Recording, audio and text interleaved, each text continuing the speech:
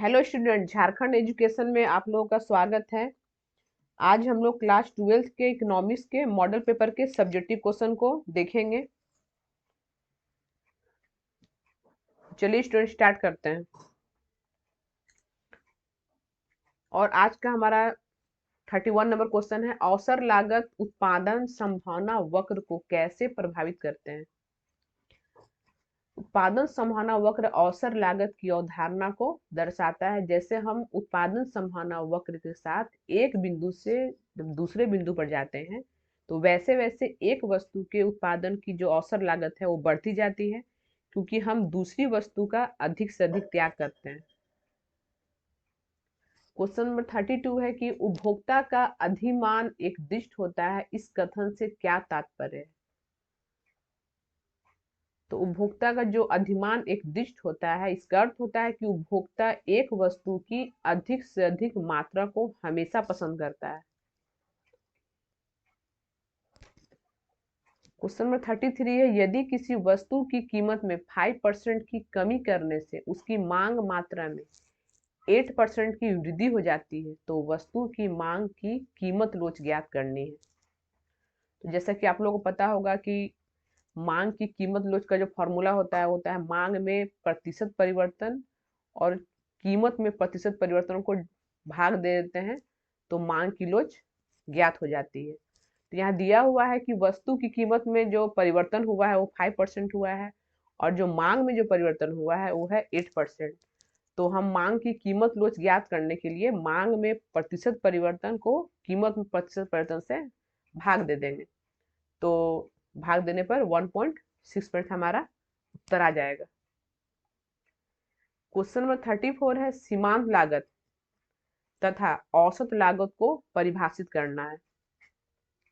तो सीमांत लागत किसे कहते हैं। सीमांत लागत एक अतिरिक्त इकाई के उत्पादन में, अगर उत्पादन में एक अतिरिक्त इकाई वृद्धि होती है तो इसे ही हम लोग सीमांत लागत कहते हैं। इसे एमसी द्वारा सूचित करते हैं।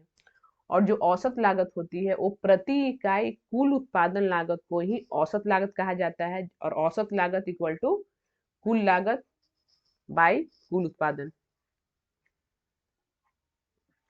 क्वेश्चन नंबर 35 है, समष्टि अर्थशास्त्र की दृष्टि से अर्थव्यवस्था के 4 क्षेत्रों के नाम लिखना है।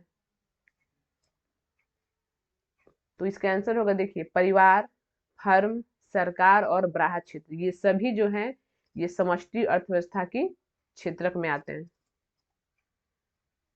क्वेश्चन नंबर 36 है, वर्तमान समय में डिजिटल विनिमय के किन्हीं 4 साधनों को लिखना है।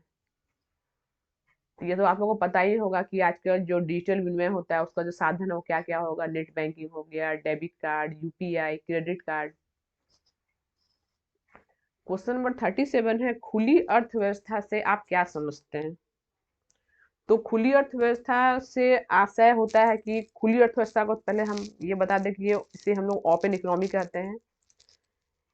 इसका मतलब होता है कि एक ऐसा देश या समाज जहां किसी को किसी से भी व्यापार करने की छूट होती है, और ऐसा भी नहीं है कि इस व्यापार पे कोई सरकारी अंकुश या नियंत्रण नहीं होता है।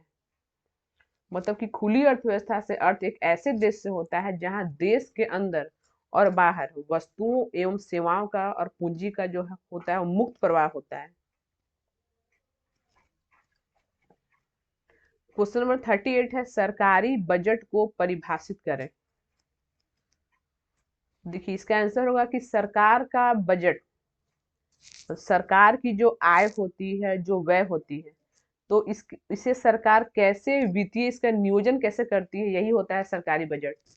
तो इसे हम इस तरह से लिख सकते हैं कि सरकार का जो बजट होता है वो सरकार की आय तथा व्यय का वित्तीय नियोजन होता है, और एक वित्तीय वर्ष की अवधि में समस्त अनुमानित सरकारी आय तथा व्यय के ब्यौरे को ही सरकारी बजट कहते हैं। हमारे कंटेंट पसंद आने पर वीडियो को लाइक और शेयर कीजिए, और चैनल को सब्सक्राइब कर बेल आइकन को दबाएं। धन्यवाद।